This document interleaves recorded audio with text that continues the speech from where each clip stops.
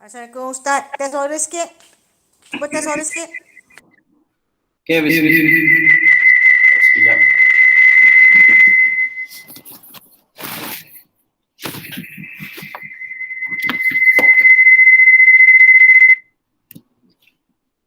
Okey, bismillahirrahmanirrahim. Alhamdulillah. Wassalatu wassalamu ala Rasulillah wa ala alihi wa sahbihi wa man wala. Okey, boleh dengar suara saya dengan jelas?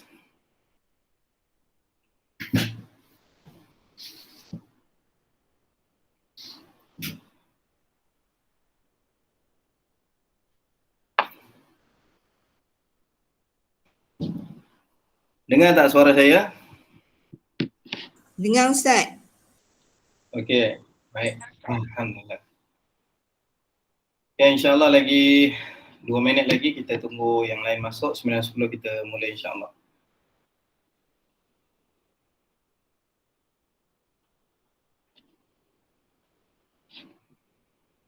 Sekarang isyak lambat.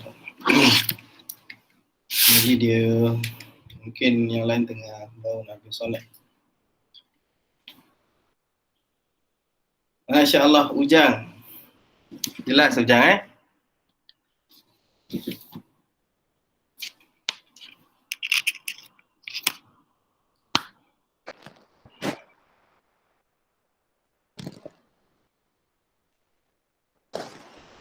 Ujang malu Ustaz. Ujang malu.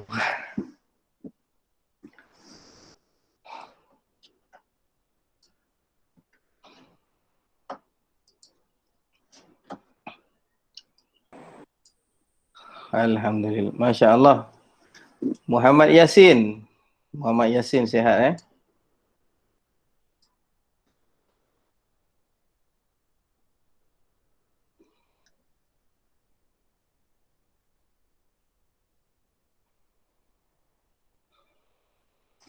Ya, alhamdulillah. 1 minit lagi.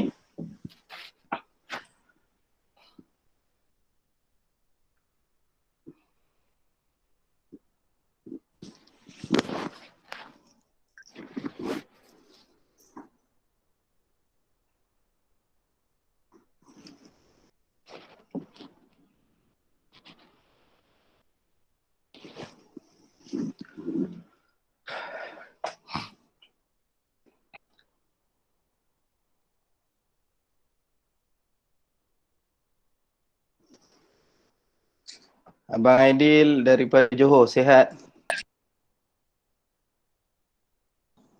Ya Ustaz, Alhamdulillah. Alhamdulillah. Muhammad Yasin daripada Selangor, baju Selangor tu, sihat Senyum sikit Sin. Alhamdulillah Ustaz, sihat. Siapa tu? Sarip mana Sarip? Maidin sihat Maidin? Sehat, Alhamdulillah. Aduh, nak makan durian ni Maidin. Tak tahu pasal, durian dah banyak dah ni gugur. Durian orang lah. Durian ni tak ada. Okey, bismillahirrahmanirrahim. Okay, kita boleh mula dah lah. Dah pukul 9.12. A'udzubillahi minasyaitonirrajim. Bismillahirrahmanirrahim. Alhamdulillahirabbil alamin wassalatu wassalamu ala asyrafil anbiya'i wal mursalin سيدنا وحبيبنا وشفيعنا ورسولنا محمد ابن عبد الله وعلى آله وصحبه أجمعين ومن تبعهم بإحسان إلى يوم الدين. نوينا التعلم والتعليم والتذكر والتذكير والنفع والانتفاع وإفادة والاستفادة وحث على تمسك بكتاب الله وسنة رسوله ودعا إلى الهدى ودلالة على الخير ابتغاء وجه الله ومرضاته وثوابه وقربه سبحانه وتعالى. Alhamdulillah. Jadi semua sihat Mudah-mudahan semua, Alhamdulillah Syam. Mudah-mudahan semua berada di dalam perlindungan dan rahmat Allah Subhanahu wa taala, dan Allah Subhanahu wa taala memelihara kita semua insya-Allah daripada perkara-perkara yang tidak diingini dan ujian-ujian akhir zaman ini insya-Allah, dan mudah-mudahan Allah memberikan kekuatan kepada kita untuk berpegang kepada tali Allah, yakni agama Allah Subhanahu wa taala pada zaman yang fitnah, yang penuh dengan fitnah, cabaran di dalam agama, cabaran di dalam mereka yang ingin kembali kepada jalan kebenaran. Alhamdulillah. Jadi insya-Allah hari ini kita sambung lagi pengajian kitab Risalatul Jami'ah wa Tadhkirah An-Nafi'ah, risalah yang dihimpunkan dan nasihat-nasihat yang bermanfaat. Sebelum ini kita membicarakan tentang sifat Allah Subhanahu wa taala secara umumnya, dan kesimpulannya yang saya highlightkan di sini tentang sifat Allah Subhanahu wa taala ini asas bagi akidah yang semua kena tahu. Ini yang asas. Tanya anak-anak kita, tanya isteri kita, tanya orang yang di bawah tanggungjawab kita, bagaimana cara mereka memahami akidah. Okey.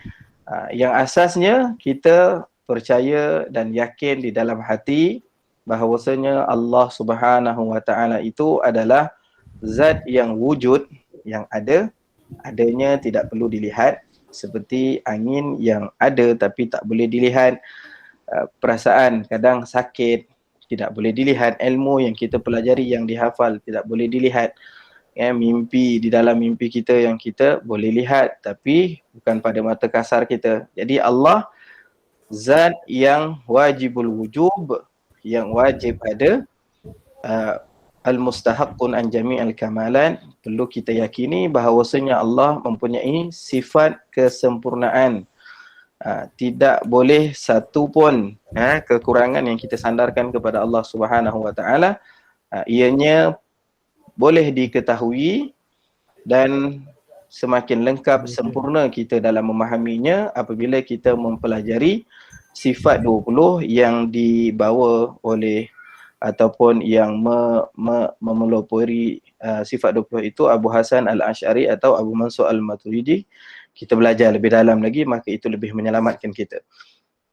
Jadi kita secara asas akidah kepada Allah Ta'ala wajib meyakini Allah Ta'ala ada dan Allah bersifat dengan segala sifat kesempurnaan, dan Allah Ta'ala suci daripada segala kekurangan. Allah suci daripada segala kekurangan. Ini asas bagi akidah. Okey, kemudian saya tambahkan lagi, saya fokuskan pada minggu lepas berkenaan dengan sifat makhluk. Kerana apa? Yang menjadi kucak-kacir pada waktu kita sekarang ini, kebanyakannya mereka menisbahkan Allah Subhanahu wa taala dengan zahir-zahir ayat Al-Quran dan hadis, dengan tangan, dengan kaki, dengan turun, dengan naik, dengan arah, dengan duduk. Okey, jadi kita berpegang bahawasanya Allah Ta'ala mukhalafatuhu lil hawadis, bersalahan dengan segala benda yang baru. Jadi segala apa yang boleh dinisbahkan kepada makhluk, Allah tak boleh dinisbahkan kepada Allah Ta'ala. Okay, jadi Allah suci daripada segala sifat kekurangan.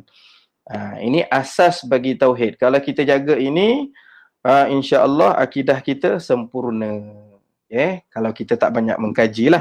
Tapi tahap iman kita masih kurang. Kalau kita nak tahap iman kita yang semakin mendalam, maka kita perlu mengkaji tauhid, dan perlu kita belajar lebih tinggi lagi dalam tauhid agar tauhid kita lebih sempurna. Lebih sempurna memahami segala dengan sifat-sifat Allah. Jadi asas pada akidah kita percaya kepada Allah Ta'ala yang wajib ada, yang mempunyai segala sifat kesempurnaan, yang suci Allah daripada segala sifat kekurangan, dan Allah Subhanahu wa Ta'ala menyalahi dengan segala sesuatu yang boleh disifatkan kepada makhluk. Segala sifat makhluk berarah, bertempat, keadaan berbentuk, maka Allah Ta'ala bersalahan dengan segala sifat makhluk. Okey, selesai berkenaan dengan akidah kita, pegangan hati kita dengan Allah Subhanahu wa Ta'ala. Okey, itu yang pertama. Kemudian hari ini kita nak masuk pada berkenaan tentang asyhadu anna Muhammadar Rasulullah. Mengenai Nabi Muhammad sallallahu alaihi wasallam, bagaimana untuk kita memahaminya. Qala musannifu rahimahullahu ta'ala wa nafa'ana bihi wa bi'ulumihi fi daraini amin ya rabbal alamin. Wa annahu ta'ala ba'athar sayyidina Muhammad abduhu wa rasuluhu ila jami'i khalqi li hidayatihim wa li takmili ma'ashihim wa ma'adihim wa ayyadahu bil mu'jizatiz zahirah. Okey, kita ambil di situ. Dan sesungguhnya Allah mengutuskan tuan kita, yakni baginda Muhammad, Nabi Muhammad sallallahu alaihi wasallam, sebagai hamba dan utusannya Allah kepada seluruh alam, seluruh makhluk, untuk memberi hidayah. Tujuannya, tujuan diutuskan apa dia? Tujuan diutuskan Nabi untuk memberi hidayah. Hidayah tu apa? Petunjuk kepada mereka dan untuk menyempurnakan kehidupan mereka, yakni manusia, baik di dunia maupun di akhirat. Okey. Jadi Allah Subhanahu wa Ta'ala mengutuskan Rasulullah sallallahu alaihi wasallam. Apakah tujuan Nabi diutuskan? Yang pertama, tujuan Nabi diutuskan adalah untuk menunjukkan kepada kita, umatnya. Dan itu adalah tanda rahmat Allah yang terbesar sekali. Allah suruh kita pergi syurga, Allah hantarkan orang tunjuk jalan kepada kita macam mana kita nak pergi ke syurga. Allah larang kita untuk buat perkara yang menyebabkan kita masuk neraka. Allah hantar seseorang untuk menegah dan memberi peringatan agar kita terlorong ke jalan ahli neraka. Jadi ini adalah rahmat yang terbesar daripada Allah, diutuskan baginda Rasulullah sallallahu alaihi wasallam. Allah Subhanahu wa Ta'ala menyebutkan dalam Al-Quran, "Wa ma arsalnaka illa rahmatan lil alamin." Tidaklah kami mengutuskan engkau wahai Muhammad melainkan itu adalah tanda rahmat kami untuk seluruh alam. Jadi rahmat Allah terbesar adalah rahmat Allah Ta'ala utuskan baginda Rasulullah sallallahu alaihi wasallam. Dan juga Allah Ta'ala menyebutkan di dalam ayat yang lain, laqad mannallahu 'alal mu'minina idz ba'atsa fihim rasulan min anfusihim yatlu 'alaihim ayatihi wa yuzakkihim wa yu'allimuhumul kitab wal hikmah wa in kanu min qablu lafi dhalalin mubin. Allah Ta'ala sebut dalam Al-Quran, laqad mannallah, sesungguhnya mannallah, Allah telah menganugerahkan. Tengok macam mana Allah Ta'ala menyebut dalam Al-Quran. Mannallah, Allah menganugerahkan kepada kita. Alal mu'minin, kepada orang yang beriman. Idz ba'atsa fihim rasulan min anfusihim. Allah hantarkan rasul daripada kalangan kita sendiri. Yakni yang mana Nabi itu makhluk serupa dengan kita. Itu pun ada rahmat juga. Kalau Allah Ta'ala hantar rasul utusan Allah daripada jenis malaikat, maka susah untuk kita nak ikut macam mana jalan yang benar ataupun macam mana praktikal yang sebenar. Jadi Allah Ta'ala utuskan rasul dan Allah Ta'ala jadikan rasul ini min anfusihim, jenis dia daripada kita. Jenis dia daripada tabiat kehidupannya seperti tabiat kehidupan kita. Tapi jangan kita lihat pada tabiat adat kehidupannya yang zahir, tetapi tujuan matlamat diutuskan Rasul sallallahu alaihi wasallam kepada kita. Ya, diutuskan jenis daripada kita, tujuannya apa? Yatlu alaihim ayatihi wa yuzakkihim wa yuallimuhumul kitabah wal hikmah. Ini tujuan Allah Ta'ala sebut dalam Al-Quran. Tujuan diutuskan Nabi, yatlu alaihim ayatihi. Tujuannya adalah untuk membacakan ayat-ayat kami. Ya, ini Al-Quran, untuk sampaikan berita-berita daripada kami Allah. Ya. Okey, satu peringatan. Kalau disebutkan di dalam Al-Quran, Allah Ta'ala gunakan kalimah kami. Kerana apa saya nak sebut ni? Kerana ada juga orang yang salah mentafsirkan Al-Quran sehingga jatuh di dalam kesesatan. Mereka mengatakan Allah Ta'ala sebut kami, dia menyangkakan dia itu termasuk daripada kami. Dia diberikan ilmu sedikit, kemudian ditipu oleh syaitan sehingga dia merasakan ayat Al-Quran yang Allah Ta'ala sebut kami itu termasuk dengan dia sekali. Ini kebanyakannya daripada orang yang tak belajar ilmu asas dalam akidah, terus belajar ilmu tarikat ataupun ilmu ma'rifat. Jadi dia tersalah. Di antara tempat kesalahannya lah, banyak lagi cara ataupun tempat kesalahan. Tapi di antara tempat kesalahan, orang yang tak mempelajari akidah yang asas terus ambil ilmu ma'rifat, mereka memahami kami dalam konteks ayat Al-Quran ni adalah termasuk daripada mereka yang diberikan ilmu, yang konon diri dia dah terpelihara, konon diri dia ingat Allah Ta'ala sentiasa. Maka ia merasakan bahawasanya kami itu adalah dia dengan Allah Ta'ala. Sebenarnya tidak. Konteks kami yang digunakan di dalam Al-Quran itu dalam bahasa Arab dipanggil mu'azzam nafsahu. Mu'azzam nafsahu ni membesarkan dirinya Allah Ta'ala.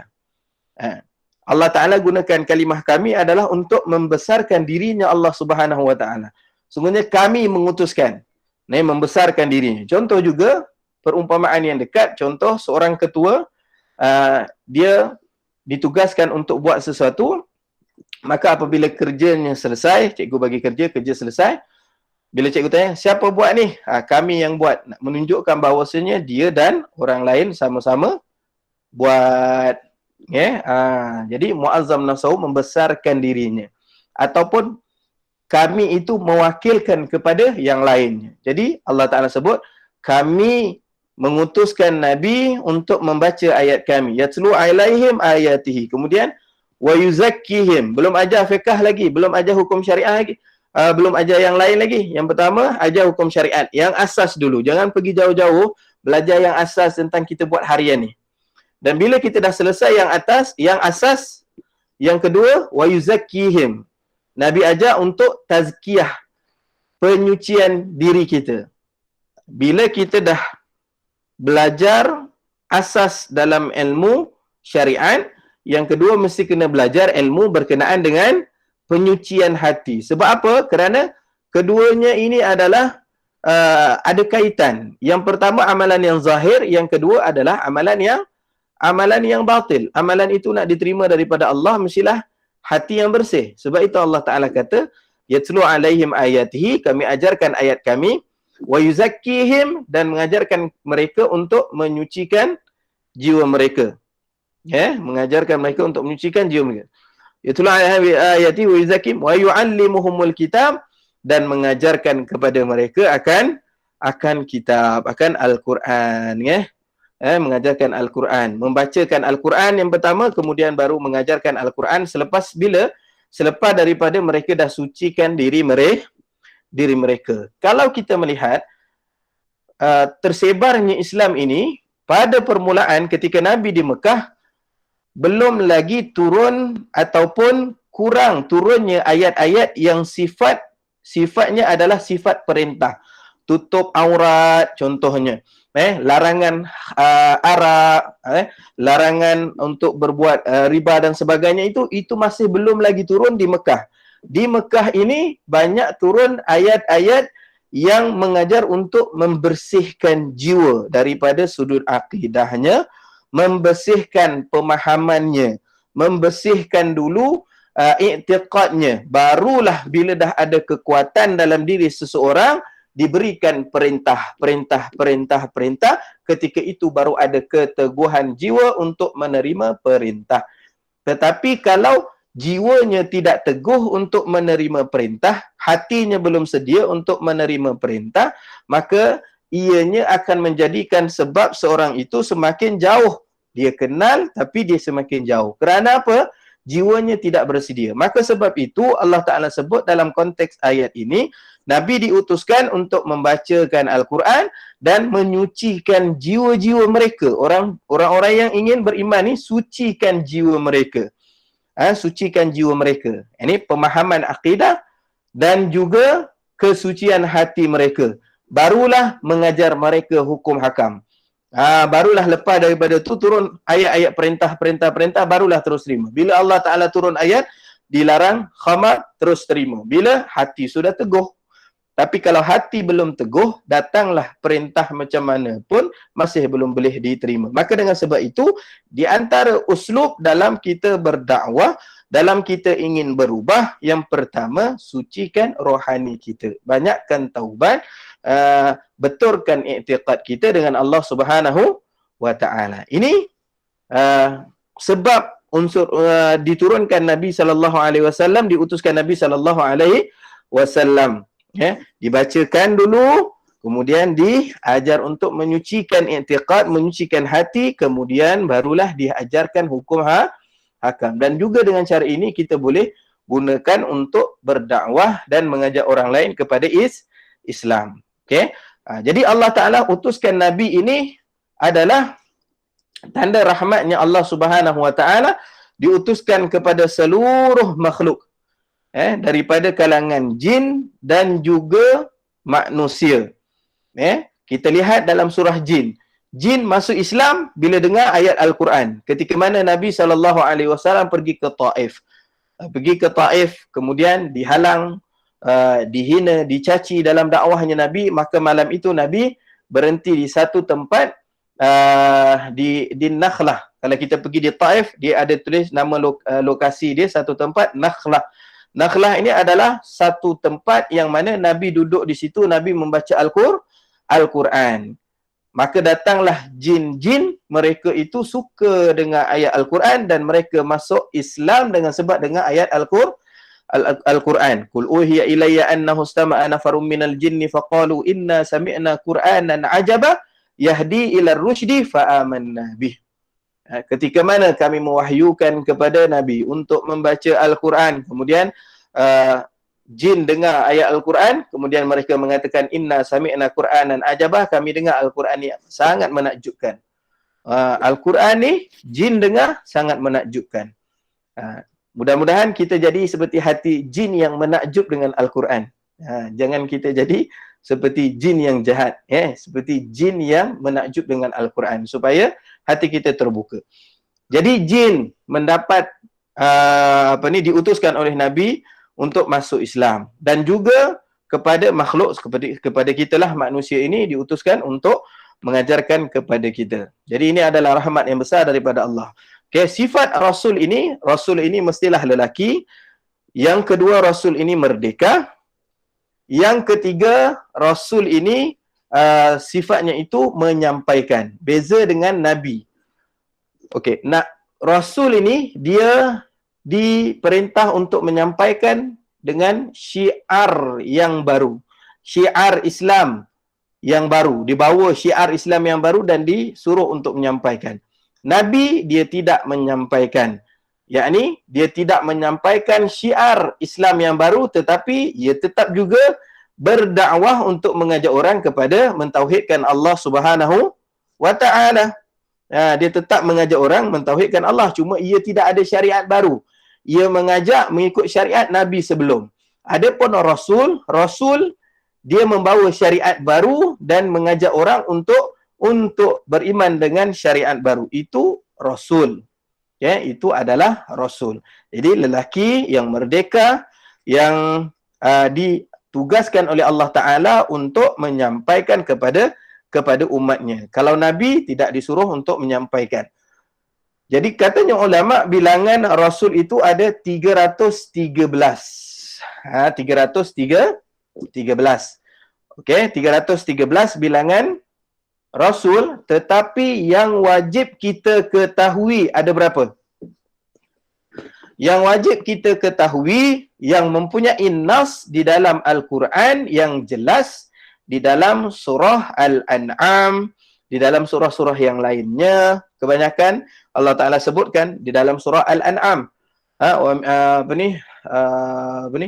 Wa Ayyub wa Yunus wa Ya'qub wa Sulaiman wa ataina Dawuda Zabura wa rusulan mubasyirin wa munzirin ya la yakuna lin-nasi 'alaikum dan ayat-ayat yang lain berkenaan dengan nabi-nabi. Ini 25 nama nabi ini kalau kita cek ada dalam Al-Quran. Maka wajib bagi setiap orang yang beriman kenal 25 nabi ini. Kita dah hafal belum? Sebab tu kalau kita ada anak kecil, rajin-rajinlah buka yang lagu 25 nabi dan rasul tu. Dia dengar, kita pun hafal. Jadi kita sekali lepas kita punya iman dengan Nabi. 25 ni wajib tahu. Okey, sekurang-kurang wajib tahu itu katanya ulama tak semestinya kena hafal mengikut turutan. Memadai jika ditanya namanya Syuaib Nabi ke? Ya, Syuaib adalah nama Nabi. Ilyas Nabi ke? Ya, Ilyas Nabi. Dia tak hafal turutan Adam, Idris, Nuh, Saleh, Ibrahim, Lut, Ismail, Ishak, Yakub, Yusuf, Ayub sampai kepada Nabi Muhammad yang terakhir. Dia tak hafal mengikut turutan. Tetapi bila ditanya salah satu daripada 25 tu, maka dia ketahui, ya, itu nama Nabi. Itu sekurang-kurangnya. Tetapi kalau ditanya Yakub tu nama Nabi tu? Bukan kot. Maka tidak lagi lepas rukun imannya beriman kepada Rasul. Okey? Boleh faham? Okey, jadi 313 ijma' ulama mengatakan Rasul ni ada 313 yang wajib 25. Kerana apa? 25 ini yang tertulis di dalam Al-Quran. Jadi dah ada lagu 25 Rasul. Kalau kita tak hafal pun sekurang-kurang bila orang tanya, ya, itu nama Nabi. 25 sahaja.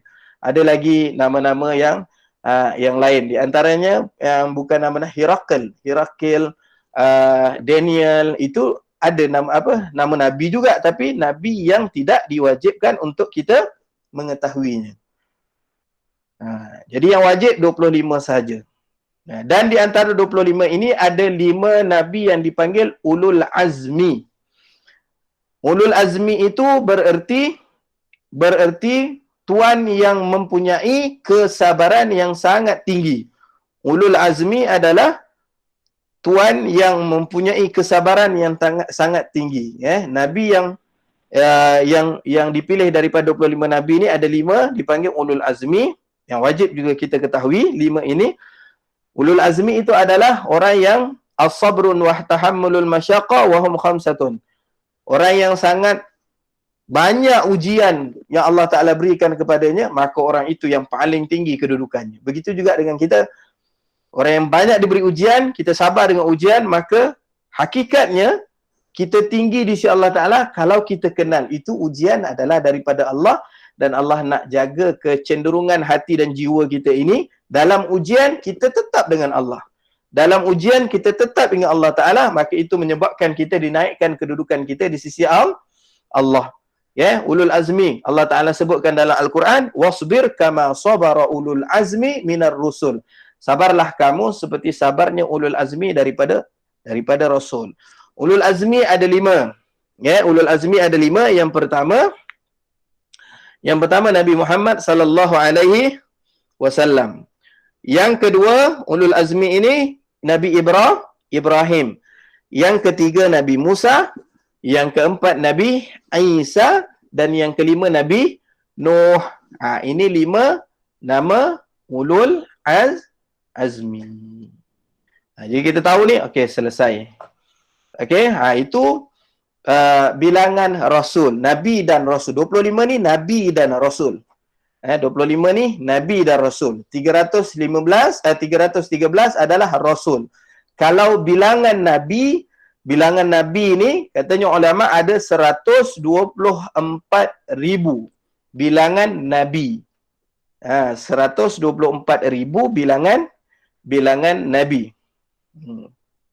Itu bilangan Nabi lah. Tapi tidak wajib diketahui. Tidak wajib diketahui. Hanya 25 ni dan 25 ini adalah Nabi dan rasul. Dia ada pangkat nabi, dia ada pangkat rasul, 25 ni. Okey, itu berkenaan dengan nabi diutuskan kepada keseluruhan dan siapakah itu nabi dan siapakah nabi dan rasul yang perlu kita ketahui. Kemudian mereka, dan untuk menyempurnakan kehidupan mereka ini kitalah manusia umat Nabi Muhammad di dunia dan di akhirat. Nabi ajarkan kepada kita macam mana nak menyempurnakan kehidupan dunia dan kehidupan akhirat. Tidak ada satu pun cara di dalam kehidupan, baik ianya berunsur duniawi ataupun ianya berunsur ukhrawi, semuanya telah diajarkan oleh Nabi sallallahu alaihi wasallam. Sekecil-kecil perkara pun Nabi ajarkan kepada kita. Tak ada satu yang terlepas daripada ajaran Nabi dalam detik-detik kehidupan kita. Bahkan masuk tandas Nabi ajar, maaf cakap, bersama dengan isteri. Nabi ajar bersama dengan anak kecil. Nabi ajar dewasa. Nabi ajar semua peringkat, semua Nabi ajar. Muamalah Nabi ajar, berniaga Nabi ajar, i'tiqad Nabi ajar, semua Nabi ajar. Kalau kita kembali balik diri kita kepada Nabi SAW, ikut apa yang Nabi ajar, hakikatnya di situ adalah tanda cintanya kita kepada Allah. Kerana apa? Kerana tidak ada satu pun yang Nabi ajar melainkan ianya diajarkan oleh Allah Subhanahu wa ta'ala. Kata Nabi SAW, "Adabani Rabbi fa ahsana ta'dibi." Dialah Allah yang mendidikku dan dialah yang paling baik dan tepat dalam mendidik. Ini Allah. Jadi kita cuba kita kaji balik dalam kehidupan kita, satu persatu kita kembali apa yang diajarkan oleh Nabi. InsyaAllah hidup kita semakin bahagia, semakin lapang, semakin tenang. Itu kelebihannya bagi mereka yang menyempurnakan kehidupan mengikut apa yang diajarkan oleh Nabi SAW. Kemudian utusan Nabi ini adalah menguatkan dan menguatkan dakwahnya dengan memberi mukjizat. Kemudian Allah Ta'ala memberikan kekuatan untuk kita lebih yakin kepada Nabi SAW. Maka Allah Ta'ala hantarkan kepada Nabi dipanggil mukjizat. Mukjizat ni apa dia? Mukjizat ini adalah kullu amrin khaliqun lil 'adah yadhharu ala yadi nabin aw rasulin ala sabilit tahaddi wal i'jaz. Mukjizat ini adalah sesuatu yang khariqul 'adah, keluar daripada adat, yang berlaku kepada nabi dan rasul. Yang berlaku kepada nabi dan rasul di atas jalan yang asing. Yang ini berlaku kepada Nabi dan Rasul itu di atas jalan yang pelik.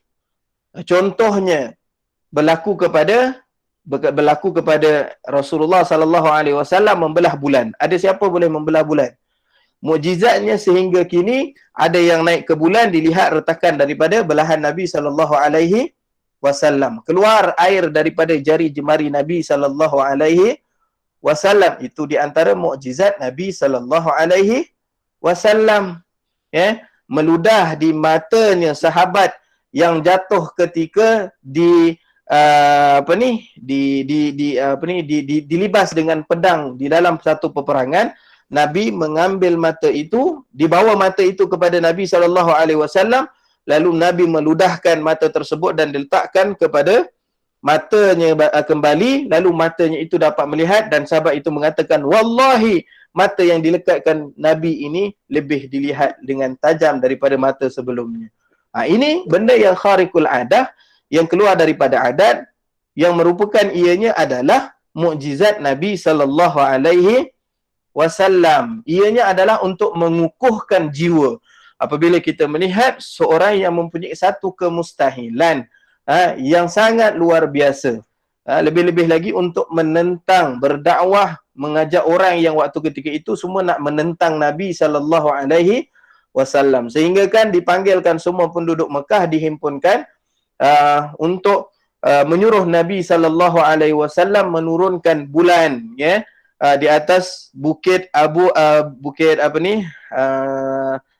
Qubais, tak silap saya, di Mekah tu satu bukit Jabal Abu Qubaish. Jabal Abu Qubaish diturunkan bulan.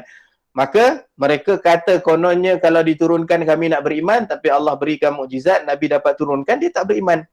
Nah, ini dinamakan mukjizat. Yang pertama. Yang kedua, kalaulah satu perkara itu berlaku kepada Nabi sebelum diangkat menjadi Nabi, contohnya sebelum Nabi diangkat menjadi Nabi, menjadi Rasul, sebelum pelantikan 40 tahun tu, Nabi ini dia terpelihara daripada perkara-perkara yang tidak baik. Contohnya, bila Nabi adat jahiliyah, mereka ada pesta minum arak atau pesta joget-joget. Setiap kali Nabi nak pergi je, Nabi tertidur. Setiap kali Nabi nak pergi je, Nabi tertidur. Yang ni Allah pelihara dia. Yang kedua, contohnya sebelum diangkat menjadi Nabi, Nabi ni selalu mendengar bisikan-bisikan yang baik. Yang ketiga, contohnya Nabi sebelum diangkat menjadi Nabi, Nabi ni selalu mimpi, apa yang dimimpi besok benda tu berlaku. Jadi perkara-perkara yang berlaku yang mustahil sebelum Nabi diangkat menjadi Nabi, sebelum dilantik, maka itu dinamakan irhasat. Irhas, dipanggil irhas, bukan mukjizat. Dipanggil irhas. Okey? Yang ketiga, ini perkara-perkara yang keluar daripada adat. Yang ketiga, kalaulah perkara yang keluar daripada adat itu berlaku kepada orang soleh. Berlaku kepada orang soleh, syarat orang soleh ni mempunyai makrifah dia kepada Allah Ta'ala. Syarat orang soleh ni mempunyai syariatnya yang dijaga, yang terpelihara tinggi. Yang ketiga, orang soleh ini menjaga sunnah Nabi SAW. Okay? Jadi bila ada tiga ni kepada orang tersebut, berlaku perkara yang mustahil keluar daripada hukum adat, maka itu dipanggil karamah. Itu dipanggil karamah. Karamah ni wujud tak? Ya, wujud. Bahkan ada di dalam Al-Quran tentang karamah. Karamahnya ibu kepada Nabi Isa. Ibu kepada Nabi Isa. Dia bukan Nabi kerana syarat Nabi mesti lelaki. Ibu Nabi Isa ni, di antara karamahnya, dia beruzlah di Baitul Maqdis tu, ada satu kubah di kubah Maryam tu. Tempat uzlahnya Sayyidatina Maryam. Sayyidatina Maryam ini adalah salah seorang daripada anak kepada kakak ataupun adik Nabi Zakaria. Jadi Nabi Zakaria yang menjaga Sayyidatina Maryam, ibu kepada Nabi Isa. Setiap kali dia datang di kubah tersebut, Sayyidatina Maryam tak keluar daripada kubah tersebut, tapi bila dia datang, dia tengok dalam tu ada makanan. Makanan disebutkan oleh para ulama di dalam tafsir, makanan yang tak ada pada musim tersebut ada. Contohnya sekarang ni bukan musim rambutan tapi ada rambutan. Contohnya lah. Jadi itu adalah satu karamah yang berlaku keluar daripada hukum adat. Ianya berlaku kepada orang-orang yang saleh. Itu dipanggil karamah. Okey, kalau berlaku kepada orang-orang yang beriman. Orang yang beriman, dia jaga iman dia tapi tak sempurna. Taklah macam orang yang lebih arif, yang kuat ibadah. Tapi dia beriman, dia jaga batasan-batasan yang asas. Kemudian bila berlaku sesuatu di dalam keadaan darurat ataupun dalam keadaan yang tersepit, maka datang bantuan daripada Allah Subhanahu wa Ta'ala, maka dipanggil itu adalah i'anah. I'anah itu maknanya bantuan khusus daripada Allah Subhanahu wa Ta'ala. Okey, itu yang keempat. Yang kelima ada juga dipanggil istidraj. Istidraj ini adalah orang yang kafir ataupun orang yang fasik. Dia buat benda-benda dosa je. Dia buat benda-benda yang Allah Ta'ala larang, tapi Allah Ta'ala beri dia nikmat. Maka dengan sebab itu, menyebabkan diri dia semakin jauh daripada Allah. Dia merasakan diri dia adalah orang yang hampir kepada Allah, wal-iyazubillah. Itu dipanggil istidraj. Jadi tak heranlah, zaman sekarang ni kita tengok orang yang berbangga dengan harta. Kononnya tengok, aku tak solat pun mudah je rezeki. Tak payahlah sibuk-sibuk nak banyak ibadah pun mudah rezeki. Dia semakin jauh daripada Allah, Allah mudahkan rezeki. Allah mudahkan segala kehidupan dia, tapi menyebabkan dia semakin jauh jarak dengan Allah, itu dipanggil istidraj. Itu dipanggil istidraj. Itu yang kelima. Yang keenam dipanggil ihanah. Ihanah, ini semua yang saya sebut ni perkara yang khawarikul adah, yang menyalahi daripada adat. Ihanah ini adalah sesuatu yang zahir di atas tangan orang yang kufur kepada Allah Ta'ala dengan sesuatu yang lari daripada matlamat dia. Contohnya, orang suruh dia meludah di perigi supaya ada air. Contohnya macam Nabi ludah di perigi, air naik. Jadi orang yang kafir ini Allah Ta'ala hina dia, walaupun orang memuliakan dia, maka dia ludah. Konon nak dia nampak yang dia ni ada karamah, tapi dengan sebab ludahnya itu, air itu jadi kering. Ya, yang berlaku pada zaman Nabi SAW. Itu nama di ihana. Dan ada juga lain yang nama sihir, sya'uzah, wad-dajjal, al-kuhanah. Ini semua berlaku, sihir, kuhanah, sya'uzah, dan dipanggil dajjal. Amalan-amalan ini berlaku melalui perantaraan jin jahat, jin kufur dan syaitan. Digunakan jin dan syaitan, maka dia termasuk daripada golongan sihir, saka, pujaan-pujaan kepada makhluk-makhluk lain ini dipanggil kuhana. Okey, itu berkenaan dengan kharikul adah. Tapi kharikul adah yang berlaku kepada Nabi ini dipanggil Nabi dan Rasul ini dipanggil mukjizat.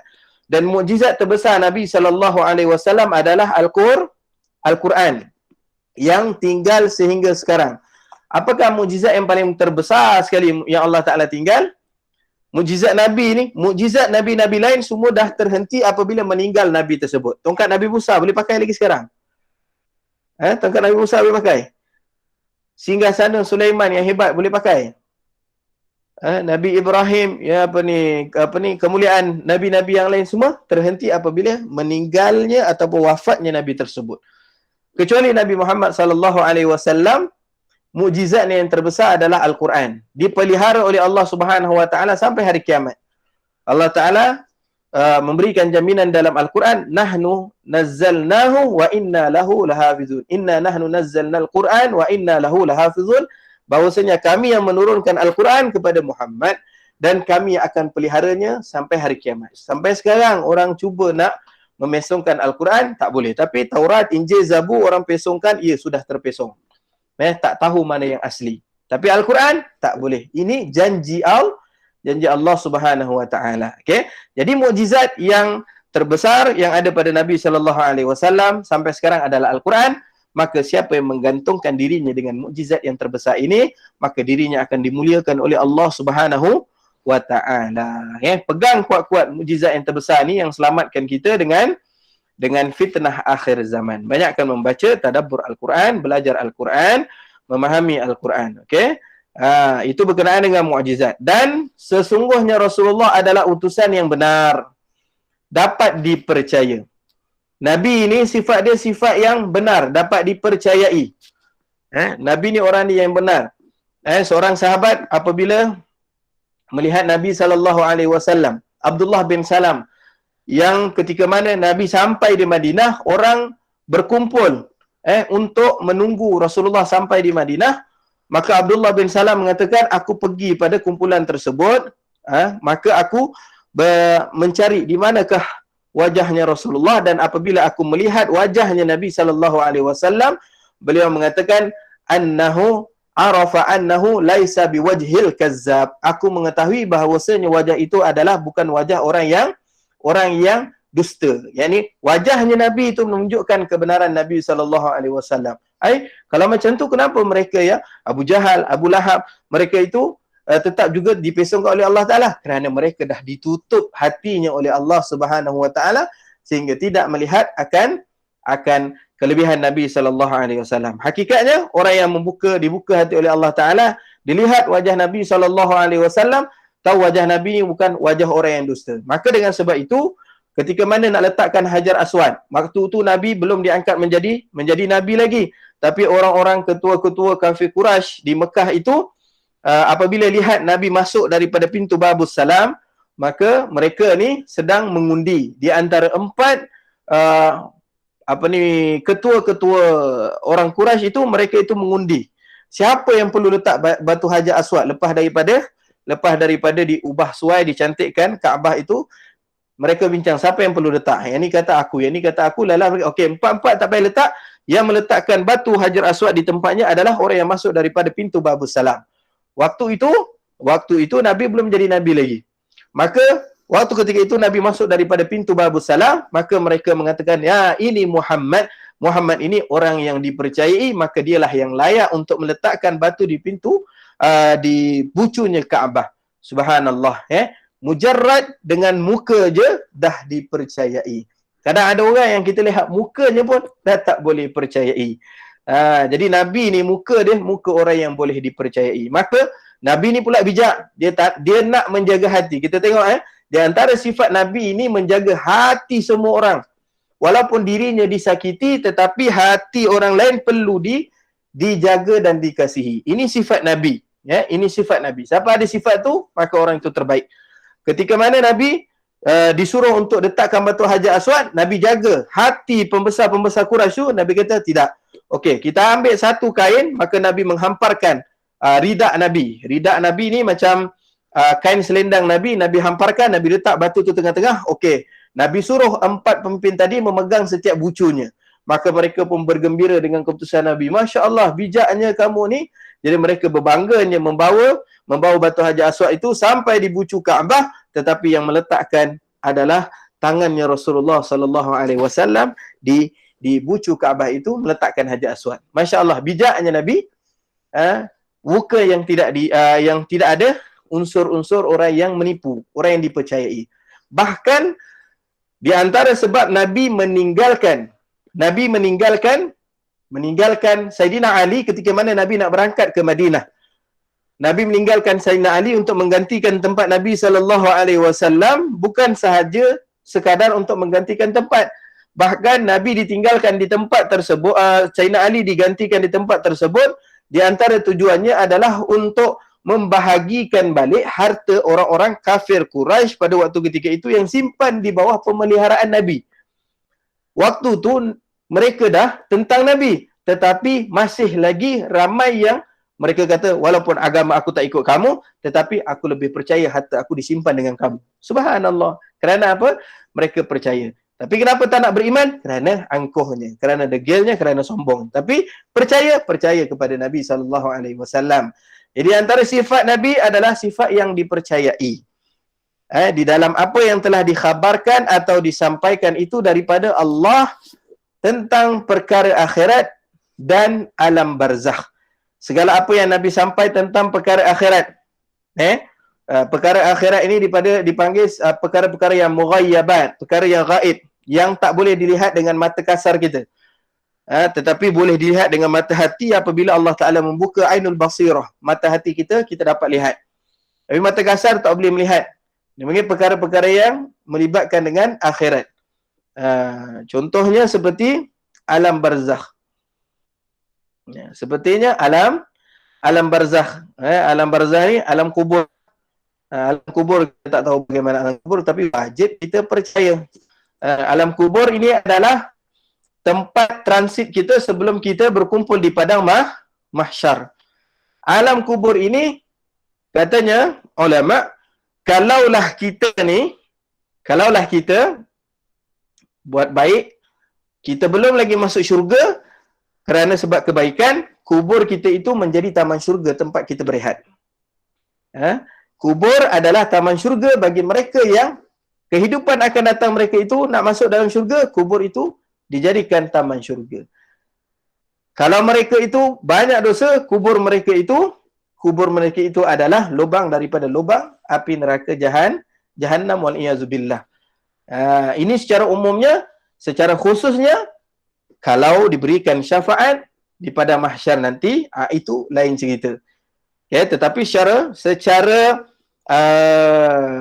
hukumnya, kalau orang yang baik kuburnya akan jadi syurga, orang yang jahat kuburnya akan menjadi lubang daripada lubang api neraka. Sebab tu kalau kita baca doa pada takbir yang ketiga, kita baca doa untuk orang yang kita solat jenazah tu, di antara doa yang sunnah yang Nabi ajar dalam tu, Allahumma ja'al qabrahu rawdatun min riyadil jannah wa la taj'al qabrahu hufratun min hufarin niran. Takbir yang ketiga kita baca doa tu, sunnah kita baca, ya Allah jadikan kuburnya si mati ini adalah taman daripada taman syurga dan jangan jadikan kuburnya lubang daripada lubang api neraka. Wal iyazubillah. Jadi alam barzakh Nabi cerita, maka wajib kita percaya. Nabi ajarkan kepada kita perkara yang menyelamatkan kita daripada alam barzakh dengan apa? Surah Al-Mulk, surah Tabarak. Maka kita jangan tinggal, sebab kita dah percaya, jangan tinggal. Selamat kita di alam barzah. Nak bagi terang kita di alam barzah, kita terangkan waktu yang gelap di dunia ini, maka Allah Ta'ala terangkan tempat yang asalnya gelap dengan tahajud kita. Tahajud menerangkan kita di dalam kubur nanti. Kita nak ada teman yang baik. Teman yang baik adalah Al-Quran dan zikir yang akan menemani kita di dalam kubur nanti. Okey. Dan juga wajib kita percaya apa yang disampaikan oleh Nabi berkenaan dengan pertanyaan dua malaikat di dalam kubur. Dua malaikat Munkaru wan Nakir. Munkar wan Nakir. Munkar wan Nakir, mereka itu menyoal orang yang mati di dalam kubur. Munkar wan Nakir, malaikat yang khusus yang dijadikan Allah untuk menyoal orang mati di dalam kubur. Segala amal akan lari. Semua amalan kita akan lari bila nampak malaikat Munkar Nakir datang. Kecuali satu amalan yang tidak akan lari. Satu amalan yang tidak akan lari, amalan itu akan jadi pembela kepada Tuhannya walaupun malaikat Munkar dan Nakir datang. Apa amalan tersebut? Baca Al-Quran sebelum subuh. Baca Al-Quran sebelum subuh. Walaupun sedikit ayat Al-Quran. Walaupun sedikit daripada ayat Al-Quran, maka ia akan menjadi hujah kepada kita di alam kubur nanti. Allah Ta'ala sebut dalam Al-Quran, wa Qur'an al-fajr inna Qur'an al-fajr kana mashhuda. Bahawasanya Quran yang dibaca pada waktu fajar akan menjadi saksi kepada masyhuda, saksi kepada seseorang. Di sini ulama tafsir ada dua pendapat. Yang pertama, Quran fajar ini yang menjadi saksi kepada kita di dalam kubur nanti adalah imam yang baca ataupun orang yang solat subuh yang baca Al-Quran pada solat subuhnya. Dia akan menjadi saksi di alam kubur kita nanti. Yang menjadi pendinding yang tak akan lari. Dia jadi saksi kita, jadi pembela kita. Yang kedua, Al-Quran yang dibaca sebelum daripada waktu subuh. Okey. Jadi ini benteng yang diajarkan Nabi SAW. Pertanyaan dua malaikat Munkar dan Nakir. Jadikan Al-Quran dalam hidup kita, insya-Allah Quran teman kita di dalam kubur. Masya-Allah, tak ada teman yang lain dah. Yang paling indah. Okay. Kemudian tentang azab dan nikmat kubur. Azab kubur, nikmat kubur, maka kita wajib meyakini, bukan seperti orang kafir faham. Orang kafir ni faham, bila mati kehidupan habis. Bila mati habislah. Kehidupan habis. Mereka akan mengatakan, ya laitani kuntu turaba. Aku ingat aku ni akan jadi tanah habis dah. Tetapi Allah Ta'ala sebutkan dalam surah Al-An'am, An-Naba. Surah An-Naba ayat yang terakhir. Surah An-Naba ni amma yatasaalun tu lah. Amma yatasaalun tu Allah Ta'ala sebut ayat yang terakhirnya. Wa yaqulu ya laitani kuntu turaba. Inna anzarnahu 'adzaban qariban yawma yanzurul mar'u ma qaddamat yada wa yaqulul kafiru ya laitani kuntu turaba. Kami turunkan peringatan kepada mereka dan azab kepada orang yang tak percaya kepada Allah Ta'ala.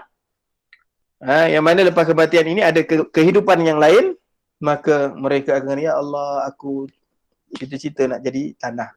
Maka itu tidak boleh, penyesalan yang tak boleh dah. Kemudian Allah Ta'ala banyaklah sebut dalil berkenaan kehidupan ini akan dibangkitkan kembali. Cuba kalau kita tadabbur Quran, banyak sangat. Di antaranya kisah Nabi Ibrahim yang minta Allah Ta'ala tunjukkan bagaimana cara Allah Ta'ala menghidupkan kembali. Allah Ta'ala suruh ambil 4 burung, kemudian dihancur-hancurkan, kemudian letak di bukit sana. Kemudian engkau panggil balik, mereka Allah Ta'ala cantumkan, maka mereka hidup.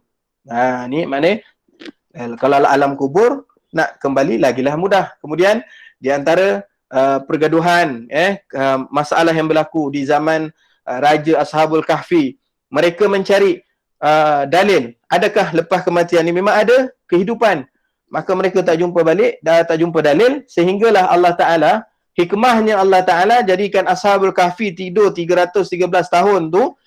Apabila salah seorang daripadanya turun mencari makanan, kemudian ditangkap, duit yang diguna pakai adalah duit pada zaman 300 tahun yang lebih, yang duit dulu pada zaman Raja Zalim, yang mana pemuda itu lari pada waktu ketika itu menyelamatkan akidah mereka, ditangkap, dibawa kepada raja. Maka bila dibawa kepada raja, raja dengar cerita daripada mereka sendiri, maka itu adalah dalil yang kuat bahawasanya Allah Ta'ala boleh menghidupkan kembali manusia apabila dah mati. 313 tahun pun, atau ada riwayat mengatakan 314 tahun mereka tidur pun boleh Allah Ta'ala hidupkan. Maka ini menunjukkan dalil Allah Ta'ala boleh hidupkan kematian selepas daripada kita mati di dunia ni. Jadi wajib kita percaya tentang azab dan nikmat kubur. Azab dengan segala amalan kita yang kita buat daripada kufur kepada Allah, kufur kepada Allah Ta'ala, langgar perintah Allah Ta'ala, ribanya, muamalah yang tak betulnya, menzalimi orang lain. Menzalimi orang lain ni jaga dan kehidupan kita ni perkara yang paling perlu kita jaga, jangan menzalimi orang lain. Kalau ada kita insaf, mohon maaf kepada dia, minta Allah Ta'ala terima taubat kita, jangan menzalimi orang di dunia ni walaupun diri kita disakiti. Kerana apa? Kerana ada hadis khusus Nabi kata az-zulmun zulumatun yaumal qiyamah. Sifat zalim ini, menzalimi ini akan menjadi kegelapan bagi diri kita di hari kiamat nanti. Sifat zalim kepada hak orang lain akan menjadi kegelapan pada diri kita di akhirat nanti. Jadi nak kubur kita nak terang, jangan zalim orang. Kubur kita nak terang, banyak bantu orang, banyak memberi manfaat kepada orang lain. Azab kubur wajib kita percaya. Nikmat kubur wajib kita percaya. Itu berkenaan dengan azab kubur. Kemudian wa annal Qur'an jami'u kutubillahil munazzalun haqqun. Dan sungguhnya Al-Quran dan semua kitab yang diturunkan Allah kepada Nabi-Nabi terlebih dahulu itu adalah benar. Okey, apakah kitab-kitab yang perlu wajib kita ketahui? Apakah dia kitab-kitab yang wajib kita ketahui? Dia banyak dipanggil as-suhuf. As-suhuf ni banyak diturunkan kepada Nabi-Nabi lain pun. Diturunkan kepada Nabi Ibrahim pun ada suhuf juga. Wa suhufil khalili wal kalimi fiha kalamul hakamil alimi. Di dalam Aqidatul Awam menyebutkan Allah Ta'ala kata nazim syair mengata Al-Imam Marzuqi dalam Aqidatul Awam mengatakan wasuhufil khalil wal kalim. Suhuf ini ada diturunkan kepada Nabi Khalil. Khalil ini Nabi Ibrahim, wal kalim kepada Nabi Musa. Tapi itu tak wajib kita ketahui. Yang wajib kita ketahui ini 4 kitab sahaja yang diturunkan kepada 4 Nabi dan Rasul ini. Siapa? Yang pertama, Al-Quran diturunkan kepada Nabi Muhammad. Ni clear. Yang kedua, Tauratu Musa. Taurat diturunkan kepada Taurat diturunkan kepada Nabi Musa. Tauratu Musa, Injilu ala Isa. Injil diturunkan kepada Nabi Isa. Dan yang keempat, Zaburu Dawudu. Zabur diturunkan kepada Nabi Daud. Jadi 4 ni sahaja yang wajib kita ketahui. Tahu dengan namanya, ini Quran. Ini kitab yang Allah Ta'ala turunkan. Cuma tak wajib kita yakini yang sekarang ni ada bahawasanya ianya semua benar. Kalau mereka tunjuk, ini benar. Kerana Allah Ta'ala sebut dalam Al-Quran, semua kitab terdahulu sudah di-inhiraf. Afatatma'una an yu'minu lakum wa qad kana fariqun minhum yasma'una kalam Allah summa yuharrifunahu. Rahib-rahib yang terdahulu kebanyakan mereka yuharrifuna kalimah amma wadhihi. Mereka mengalihkan kalimah Allah Ta'ala daripada tempat dia. Allah Ta'ala sebut dalam Al-Quran. Yuharrifunal kalimah an mawadhihi. Maka dengan sebab itu, wajib kita tahu nama dia kepada siapa Nabi diturunkan, maka tidak wajib untuk kita mengatakan ianya benar jika ditanyakan pada sekarang. Benar kepada Nabi terdahulu. Nabi yang diutuskan. Isinya benar dahulu. Kalau sekarang ni, takkan kamu tak beriman dengan Taurat? Ni Taurat. Taurat sekarang ni tak wajib untuk kita beriman dengan kebenaran isinya. Yang wajib kita beriman kebenaran isinya pada zaman dan ketika diturunkan kepada Nabi-Nabi terdahulu. Okey? Ianya ada 4 sahaja. Al-Quran, banyak nama, Furqan dan sebagainya. Tapi kita pegang Al-Quran, diturunkan kepada Nabi Muhammad. Taurat diturunkan kepada Nabi Musa. Zabur kepada Nabi Daud. Injil kepada Nabi Musa. Okay? Al-Quran sahaja dalam bahasa Arab. Injil, Taurat dan Zabur tiga ni dalam bahasa Ibrani. Ibrani ni bahasa Bani Israel. Bahasa Bani Israel. Al-Quran bahasa Arab kerana Nabi diutuskan kepada orang Arab. Okey, ini ringkas. Mudah kita tahu Al-Quran wajib dan tiga kitab yang lain. Suhuf, ada suhuf, lembaran-lembaran. Lembaran-lembaran risalah yang turun itu tidak wajib kita ketahui. Okey, kemudian dan adanya malaikat. Diturunkan kepada nabi-nabi. Jadi 4 tadi yang wajib dan adanya malaikat. Wajib kita meyakini adanya malaikat. Berapa bilangan malaikat? Wa ma ya'lamu junuda rabbika illahu. Tidak ada siapa yang tahu bilangan malaikat melainkan dia Allah sahaja yang mengetahui. Bilangan malaikat ni terlampau ramai, tak tahu. Cuma wajib kita beriman dengan 10 malaikat ini yang wajib kita ketahui. 10 malaikat ini. Apa dia 10 malaikat ini? Jibrilu, Mikailu, Israfilu, wa Izrailu, Raqib wa Atidun, wa Munkar wa Nakirun, wa Malikun wa Ridwanun. Ini yang wajib kita tahu. Dah lepas belum 10 ni? Jibril diutuskan wahyu. Kemudian kiri kanan Munkar Nakir 3. Munkar Nakir dah 3. Menjaga Munkar Nakir yang mencatat amal Ratibun Atid, Ratib dan Atid mencatat amalan buruk, amalan baik kita. Kemudian Munkar Nakir dah 5. Kemudian Ridwan menjaga syurga. Kemudian yang menjaga neraka Malik yang menjaga neraka. Kemudian yang meniupkan sangkakala Israfil meniup sangkakala. Kemudian yang mencabut nyawa Israel yang mencabut nyawa, dan kemudian Mikail yang diutuskan untuk menurunkan hujan dan rezeki. Ini semua yang 10 ini wajib kita ketahui sebab ia 10 ini berkaitan dengan kita, berkaitan dengan makhluk. Jibril bawa wahyu, rezeki kita daripada malaikat Mikail, Israfil meniup sangkakala, Israel menarik nyawa kita, semua berkaitan dengan kita. Raqib, Atid, Munkar, Nakir yang menjaga syurga, Ridwan yang menjaga neraka, Malik. 10 ni wajib kita tahu. Tak tahu, kena search, Google, hafalkan. Barulah lepas rukun Islam, rukun iman kita beriman kepada para malaikat. Kemudian wajib kita mengetahui bahawasanya malaikat ni sifatnya adalah nuraniyatun. Dia bangsa cahaya. Yang tidak boleh dilihat dengan mata kasar tetapi ianya ada. Sifatnya cahaya.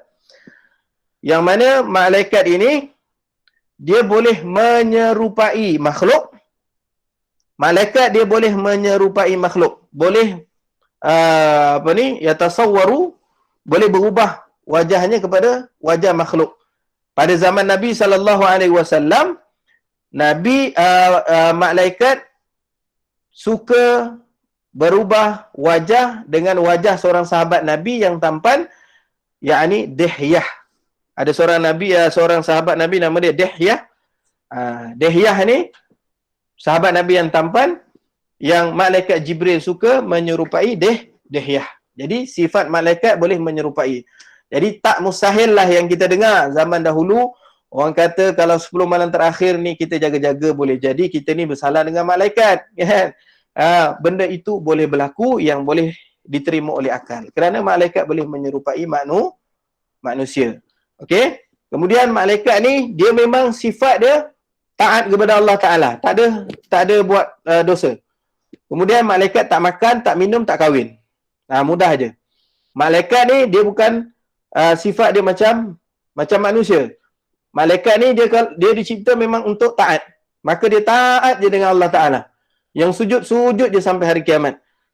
Yang menjaga menjaga neraka sampai bila-bila. Dia taat dengan Allah Taala. Dia memang Allah jadikan jenis sifat yang taat dengan perintah. Dia tak makan, tak minum, tak kahwin, dan kemudian dia buat apa yang Allah Ta'ala suruh. Itu sifat malaikat. Jisim dia perbuat daripada cahaya. Okey? Wajib kita ketahui 10 malaikat kerana 10 itu yang berkaitan dengan makhluk. Wajib kita ketahui. Okey? Dan wajib kita beriman bahawasanya malaikat ini bilangannya yang tidak terbatas. Wa ma ya'lamu junuda rabbika illahu, tidak tahu berapa bilangan malaikat melainkan di Allah. Okey, jadi sampai situ dah sempurna beriman kita dengan malaikat. Saya bagi ni yang minimum je. Sebab apa? Sekarang ni kita belajar asas. Nak boleh syarah lebih lagi, nanti jadi panjang pula masanya. Jadi malaikat kita tahu insan yang dicipta daripada cahaya, yang tidak makan, tidak minum, tidak kahwin, sentiasa patuh dengan Allah Subhanahu Wa Taala. 10 yang wajib kita ketahui. 10 ni ada kaitan dengan diri kita. Maka kita cuba hafalkan. Cuba hafalkan 10 ni. Kalau dah tahu, sekarang tanya anak-anak kita. Anak-anak kita kadang orang Korea, artis Korea kenal ini, kenal, dan kita lebih bangga. Masya Allah, anak aku semua kenal. Tapi tanya nama malaikat 10 yang wajib ni tahu tak? Tak lepas lagi. Wal-iyazubillah. Maka kalau kita tak hantar untuk anak kita tahu, kita tak lepas tanggungjawab kita sebagai ibu bapa. Tak lepas. Sebab ini wajib rukun iman. Wajib kita ajar. Jangan kita berbangga dengan sesuatu yang tak perlu kita banggakan. Berbangga dengan anak kita ada sekian-sekian daripada pangkat di dunia ini, tapi anak kita malaikat pun tak kenal. Anak kita nabi pun tak kenal. Sifat nabi pun tak tahu. Ciri nabi pun tak tahu. Maka itu yang perlu kita kesalkan, itu yang perlu kita takutkan. Okey? Itu berkenaan dengan malaikat. Selesai rukun iman kita kepada malaikat. Kemudian wajib kita meyakini apa Nabi cakap berkenaan dengan syurga, nikmat-nikmat yang ada di dalam syurga. Syurga ni apa? Syurga ni adalah tempat yang dipenuhi dengan nikmat. Darun Naim makhluqatun lis-sawab. Dar yang penuh nikmat, yang nak dapatnya adalah dengan pahala. Tapi perjalanan nak pergi ke syurga ni, dia penuh dengan penuh dengan duri-duri. Orang panggil apa? Ujian-ujian. Nabi SAW mengatakan, huffatil jannatu bil makarihi wa huffatin naru bi syahawati. Rintangan ataupun jalan-jalan nak ke syurga ni dengan satu benda yang jiwa kita ni tak suka. Jiwa nafsu kita ni tak suka. Nak solat, jiwa kita, nafsu kita suka ke solat? Nak tahan marah bila orang buat kita sakit hati, jiwa kita suka tak? Nak redha, jiwa kita suka tak? Tak. Jadi, itulah sebenarnya jalan nak sampaikan kita ke syurga Allah Subhanahu Wa Taala. Nabi kata, huffatil jannah bil makari. Perjalanan nak ke syurga dengan satu yang menyalahi daripada hawa nafsu kita, dan perjalanan nak ke neraka ni senang je. Wa huffatin naru bi syahawati. Nak pergi jalan neraka ni senang je. Ikutlah nafsu kita, syahwat kita suruh apa, kita ikut je. Apa dia ajak kita, baik ke buruk ke, semuanya kita ikut je dia. Maka itulah perjalanan ke neraka. Itu tips Nabi ajar, bukan saya kata. Nabi ajarkan kita. Syurga, tempat yang penuh nikmat. Nak dapatkan dia, perlu ada amal. Daripada amal, kita dapat pahala. Daripada pahala, kita dapat redha Allah. Dengan redha Allah, kita masuk ke dalam syurga Allah Ta'ala. Okay? Nampak? Daripada amal, barulah datangnya pahala. Daripada pahala tu, barulah kita dapat redha Allah. Jangan kita terhenti pada amal. Kita pegang pada amal, kita rasa kita bagus. Maka ini boleh rosak juga. Kerana hakikat amal, Allah yang izinkan kita. Bila kita dapat amal, kita syukur. Bila daripada amal, kita dapat pahala. Jangan kita rasa pahala kita banyak pula. Kerana pahala ni juga yang Allah Ta'ala berikan kepada kita. Allah dah lah bagi kita buat amal. Allah berikan kepada kita gaji pula. Jadi kita kena bersyukur. Dan orang yang bertakwa, orang yang beriman, bila dapat buat, dia dah tahu dia ada pahala, dia jaga pahala dia. Jaga pahalanya ni, macam mana jaga pahala? Jaga dia supaya tak riak. Jaga pahala dia ni supaya tak dengki dengan orang. Jaga pahala dia ni supaya pahalanya ini diterima oleh Allah Subhanahu Wa Taala. Daripada pahala yang dijaga ni, daripada situ baru dapat redha Allah Taala.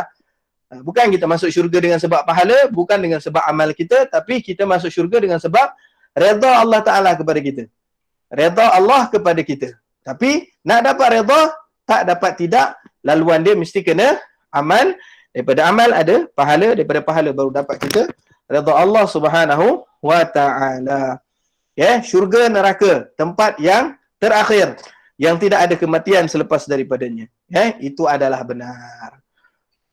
Wa jami'u ma ja'a bi sayyidina Muhammad, dan segala apa yang datang daripada Nabi sallallahu alaihi wasallam itu adalah adalah benar belaka. Apa yang Nabi cerita tentang Isra wal Mi'raj, tentang Araj, tentang Lauh Mahfuz, tentang perkara-perkara yang mughayyabat, perkara yang gaib yang tak dapat dilihat dengan mata kasar, maka kalau ianya daripada Nabi, maka aku percaya. Jadilah iman kita seperti imannya Abu Bakar. Imannya Abu Bakar ketika mana Rasulullah turun daripada Mi'raj, bertemu, diangkat Allah pada satu tempat untuk diberikan salat kepada Nabi SAW. Turun jumpa dengan Abu Jahal. Ditanyakan, kamu daripada mana? Nabi baru cakap daripada Baitul Maqdis, belum cakap naik ke langit lagi.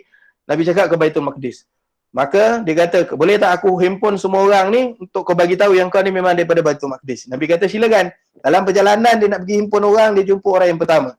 Dia jumpa Saidina Abu Bakar. Jumpa Saidina Abu Bakar, dia tanya, Abu Bakar, kau tahu tak? Muhammad, dia kata, malam tadi dia pergi Baitul Maqdis, sekarang dia dah balik. Kau percaya tak?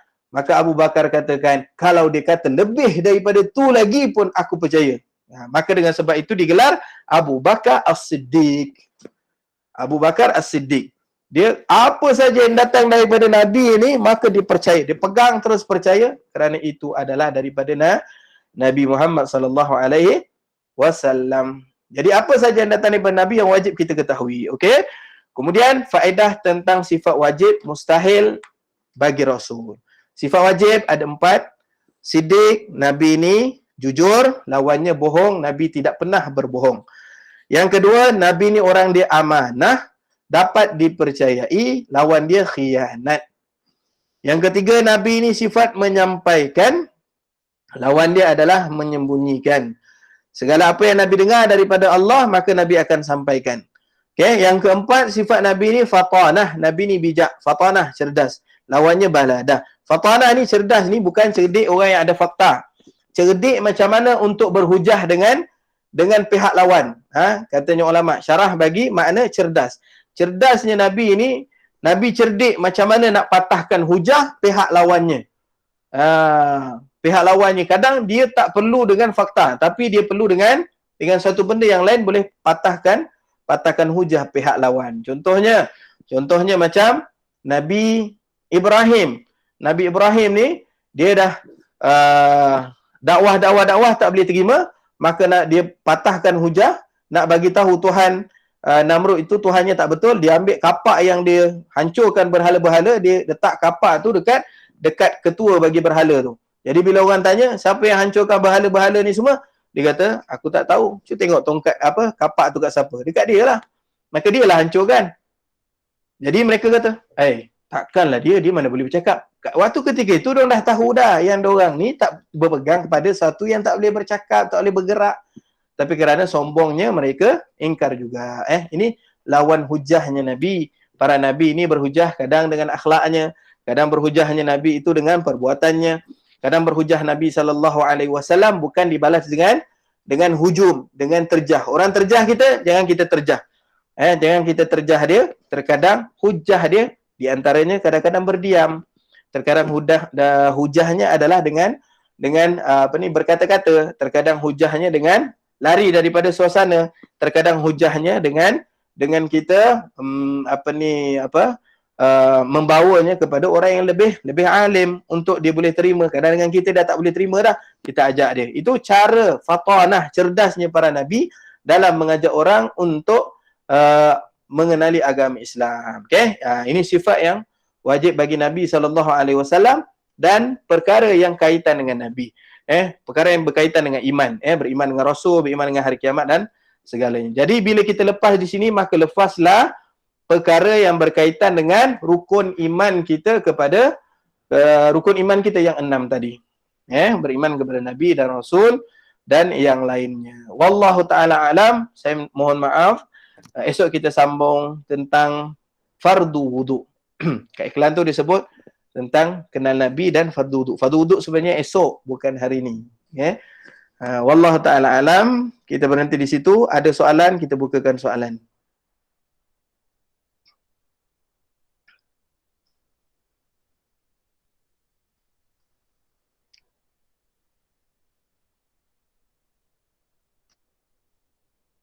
Okay.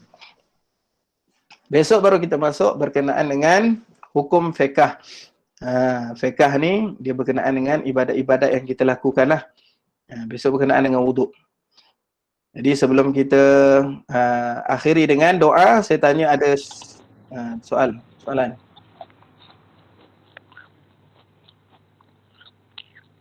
Ada yang buka mic tu, tapi dengar bunyi makan.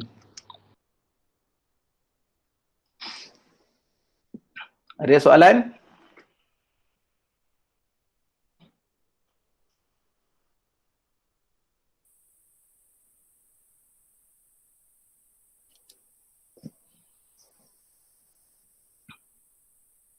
Kalau tak ada, tulis di ruang komen, tak ada.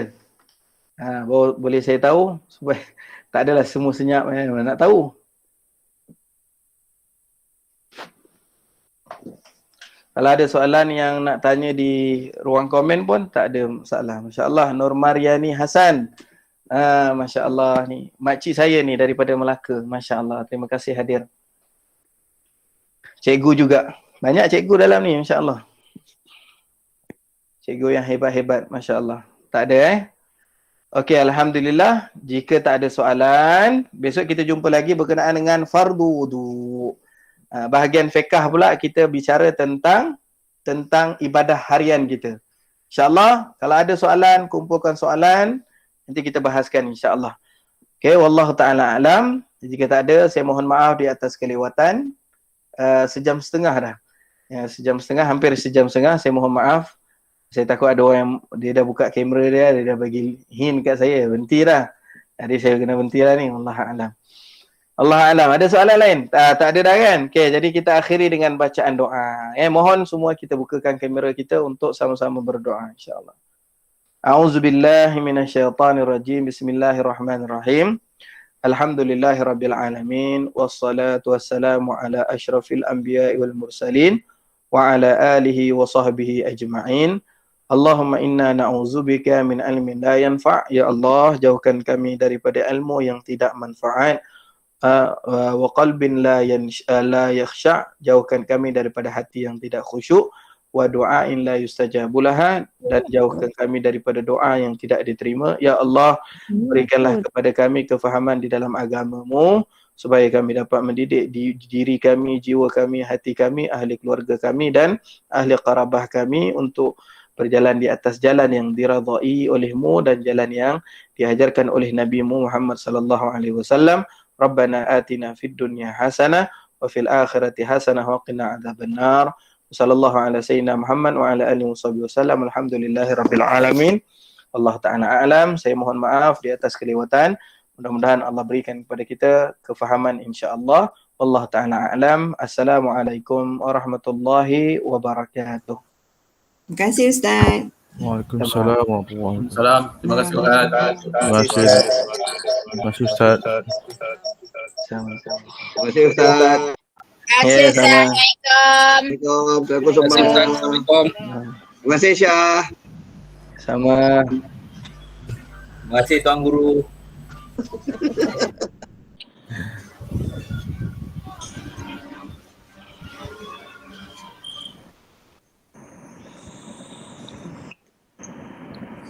Terima kasih Ustaz. Sama Muiz, masya-Allah. Terima kasih Ustaz.